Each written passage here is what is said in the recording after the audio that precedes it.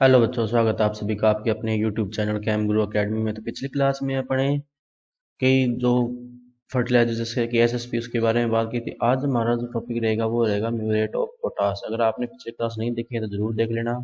और इसी तरह के एजुकेशनल कंटेंट के लिए हमें इंस्टाग्राम और फेसबुक जैसे जो चैनल है वहाँ पर जरूर फॉलो करें। और पीडीएफ के लिए आप हमारी ऐप जो है वो डाउनलोड कर सकते हैं या टेलीग्राम से भी जो पीडीएफ है वो देख सकते हैं। तो चलिए शुरू करते हैं आज क्लास। तो आज का जो हमारा टॉपिक है वो है म्यूरेट ऑफ पोटाश।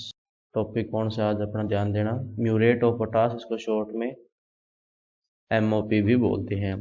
तो म्यूरेट ऑफ पोटाश का पहली बात ध्यान रखना, सूत्र क्या होता है, केसीएल। रासायनिक नाम अगर पूछा जाए तो क्या होगा, पोटेशियम क्लोराइड।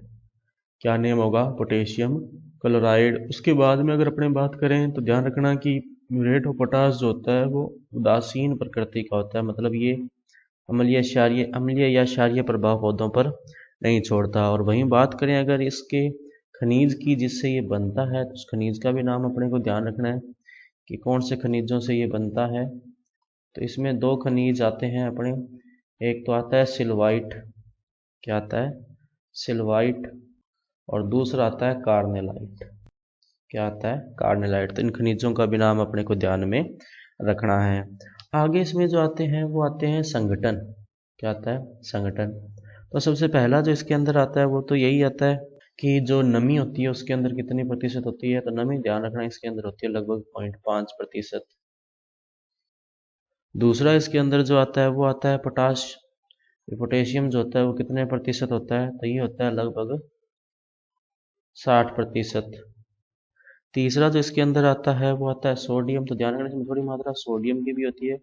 सोडियम कितना होता है, लगभग 3.5%। और ये अधिकतम मात्रा है, इससे अधिक इसमें नहीं होगा। दूसरा इसमें आते हैं गुण, क्या आते हैं, गुण क्या क्या हैं इसके। तो पहला गुण जो इसका आता है वो ये आता है कि ये जल में विलय होता है। जल में क्या होता है, विलय होता है, मतलब आसानी से घुल जाएगा। दूसरा इसका जो मतलब जो अगला गुण आता है वो आता है इसमें कि जो अपने 60% बात की ना पोटेशियम, वो K2O की फॉर्म में होता है, कितने प्रतिशत, 60% की फॉर्म में। अगला जो तीसरा इसके अंदर आता है तो इसका जो नॉर्मल कलर होता है वो वाइट होता है।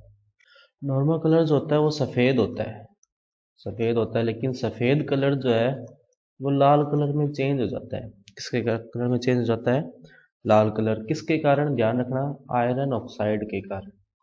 आयरन ऑक्साइड के कारण इसका कलर जो होता है वो सफ़ेद से क्या हो जाता है, लाल हो जाता है।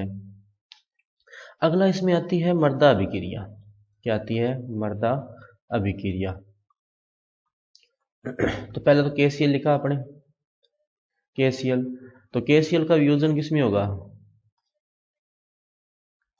K प्लस और Cl माइनस। तो मर्दा अभिक्रिया में इसमें कुछ खास है नहीं, बस बताना ही है कि KCl का वियोजन जो है वो K प्लस और Cl माइनस में होगा। K प्लस आयन जो है वो मर्दा के ऊपर अधिशोषित हो जाएगा और बाद में पौधों द्वारा ग्रहण कर लिया जाएगा। इसी तरह क्लोरीन है। अच्छा, ये एक बात और ध्यान देना कि ये उदासीन प्रकृति का होता है। किस प्रकृति का होता है, उदासीन प्रकृति का होता है। और अगर इसको क्षारीय प्रकृति में यूज करते हैं तो ये जहरीला साबित होता है। ध्यान देना, अगर क्षारीय मृदा में इसको यूज कर रहे हैं अपने, क्षारीय मृदा में ये विषैला होता है।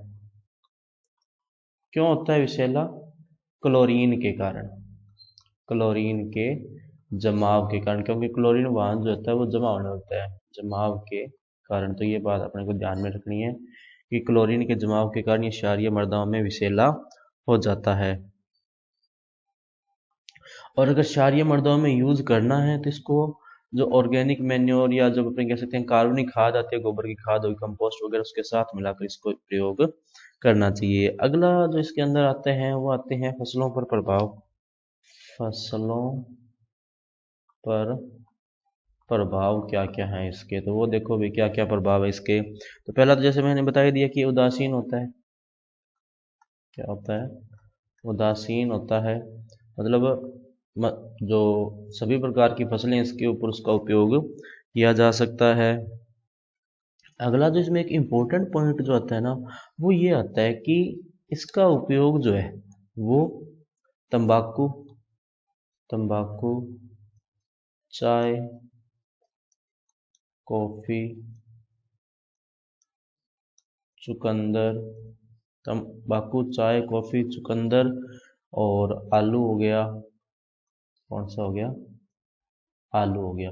ये कुछ एक फसलें हैं जिसके ऊपर इसका उपयोग जो है वो नहीं करना चाहिए, इसके ऊपर इसका उपयोग नहीं करना चाहिए। कारण इसका क्या है कि क्लोराइड जो होता है इनकी गुणवत्ता पर विपरीत प्रभाव डालता है, गुणवत्ता पर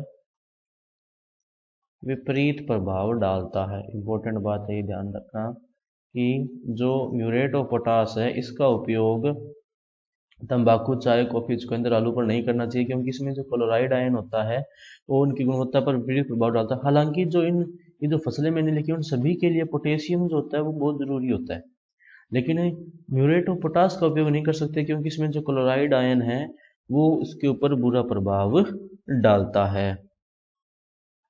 और ये जो फर्टिलाइजर है फास्फोरस की तरह अपने को फसल लगाने से पहले यूज करना चाहिए, ना कि सीधा ही खड़ी हुई फसल के ऊपर प्रयोग करना चाहिए। तो खड़ी फसल पर प्रयोग नहीं करें, खड़ी फसल अगर है तो उसके ऊपर छिड़काव करके इसका उपयोग नहीं करना चाहिए। तो बच्चों ये था आपके म्यूरेट ऑफ पोटास। आज की क्लास में अपने इतने रखते हैं। अगर आपका इस रिलेटेड कोई डाउट या कोई सजेशन हो कमेंट सेक्शन में पूछ सकते हैं।